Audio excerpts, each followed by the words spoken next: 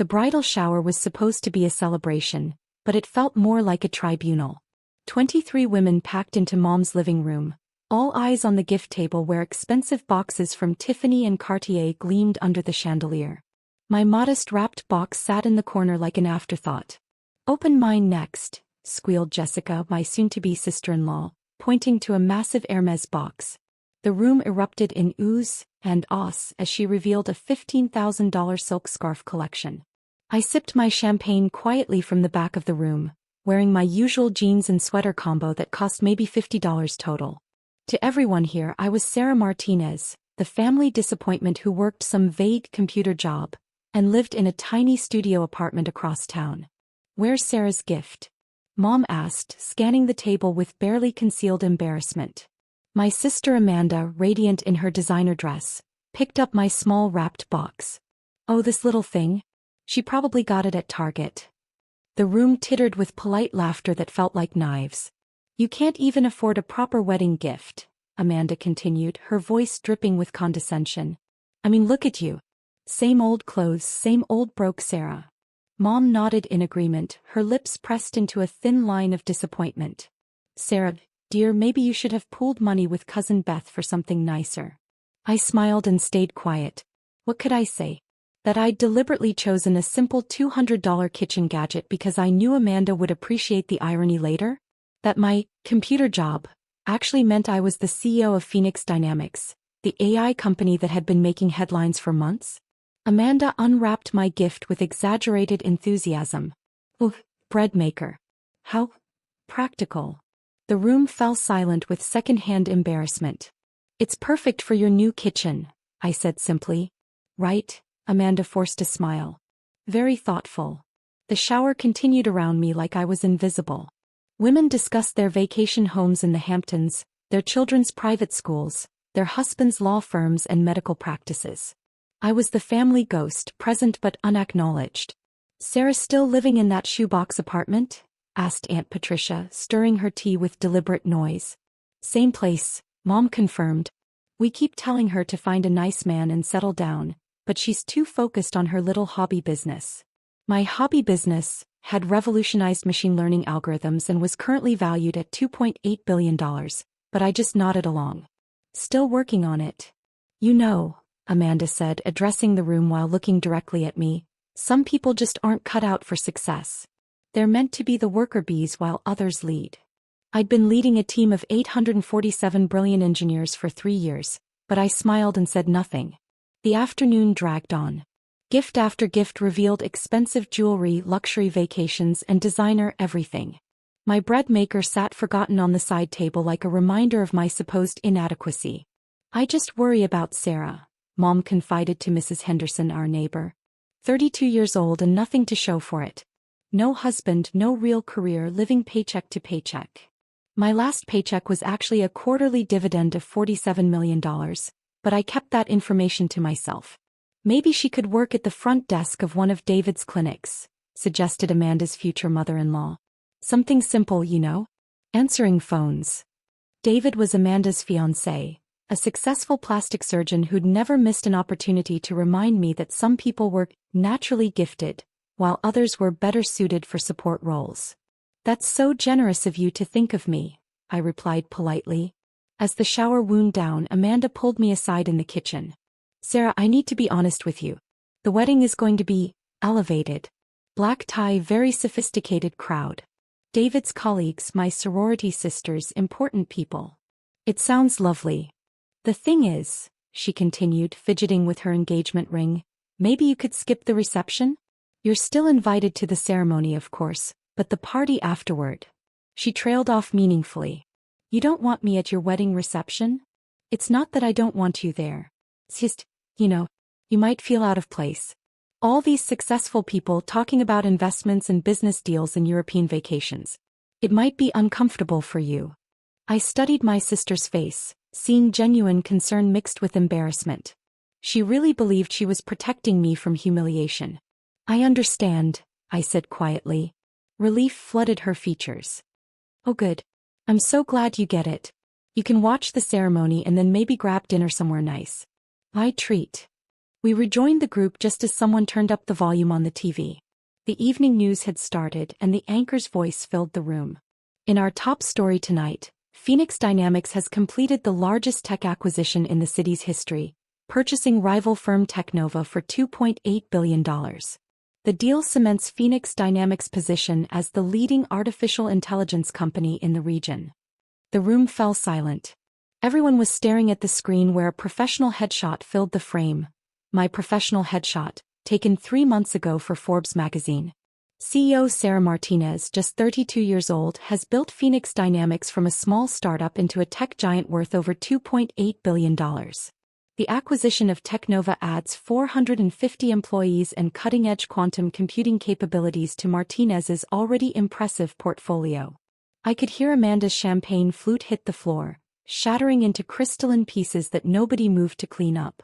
The reporter continued, Martinez, known for her privacy and low-key lifestyle, rarely gives interviews but is considered one of the most brilliant minds in artificial intelligence.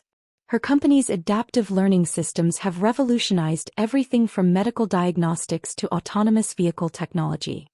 Mom's face had gone completely white. She was staring at the TV, then at me, then back at the TV as if trying to solve an impossible equation. Industry experts predict Phoenix Dynamics could be worth $10 billion within 5 years, making Martinez one of the youngest billionaires in tech history.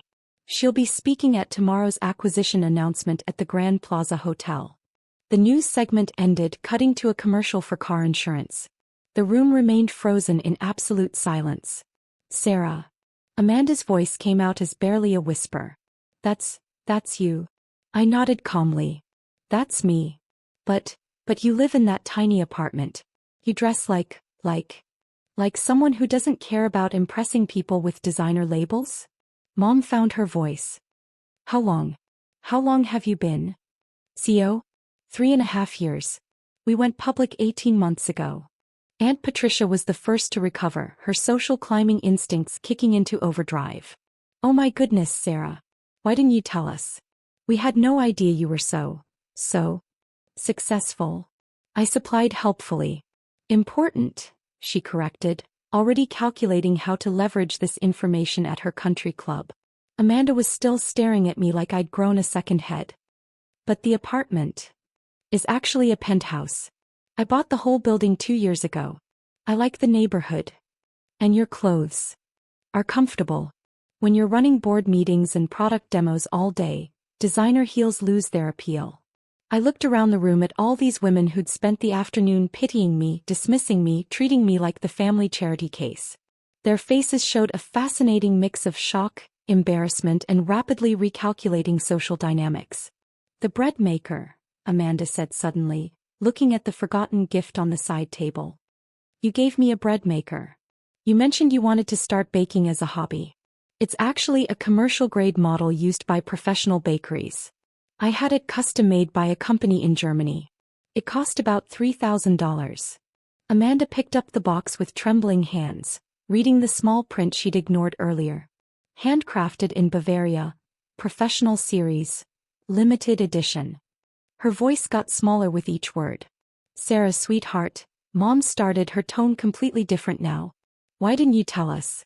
We could have been supporting you, celebrating your success. You mean like you're celebrating now? The room shifted uncomfortably. Everyone could feel the weight of the afternoon's condescension hanging in the air like smoke. About the wedding reception, Amanda said quietly. I was wrong. Of course you should come. You're my sister. I smiled the same polite smile I'd been wearing all day. That's very kind, but I think your first instinct was right. I would feel out of place. No, really, I want you there. David would love to meet you properly. His colleagues would be thrilled too. To network with someone they thought was beneath them an hour ago?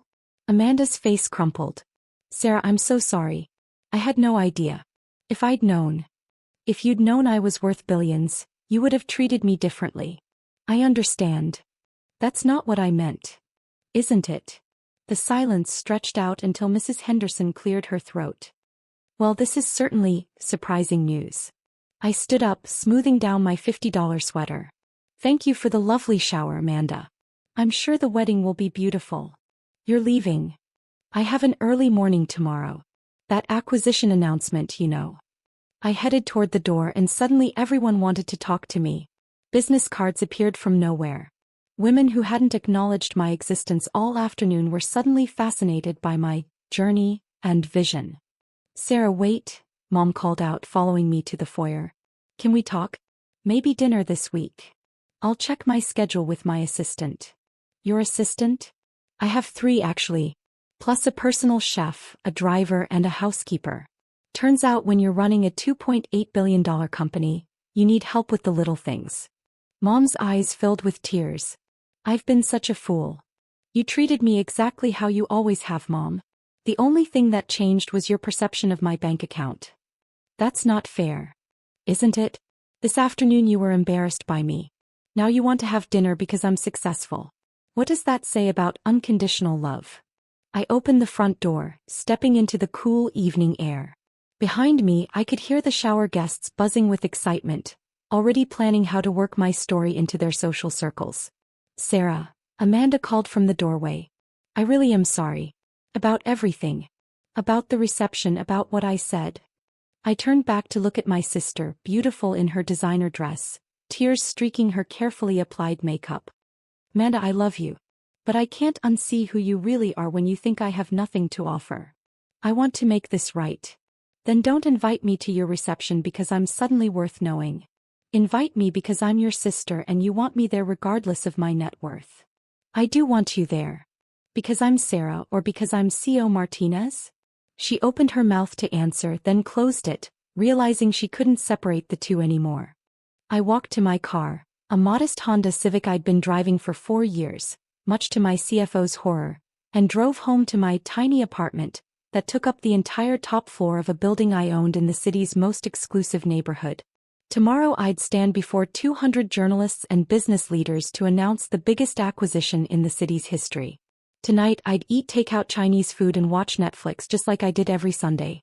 My phone buzzed with texts from family members who hadn't spoken to me in months, all suddenly interested in my life. I turned it off and ran a bath. The bread maker would work perfectly in Amanda's new kitchen. I'd chosen it specifically because she'd mentioned wanting to learn baking during our last conversation 6 months ago. It wasn't about the money, it was about listening, about caring enough to remember what mattered to her.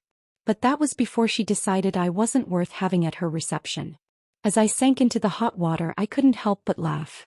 Tomorrow's headlines would probably mention the reclusive tech CEO who lives modestly despite billion-dollar success. They'd never know that the most expensive thing in my apartment wasn't the custom smart home system or the original Monet in the bedroom. It was learning exactly what my family really thought of me when they believed I had nothing to hide behind. And honestly, that knowledge was priceless.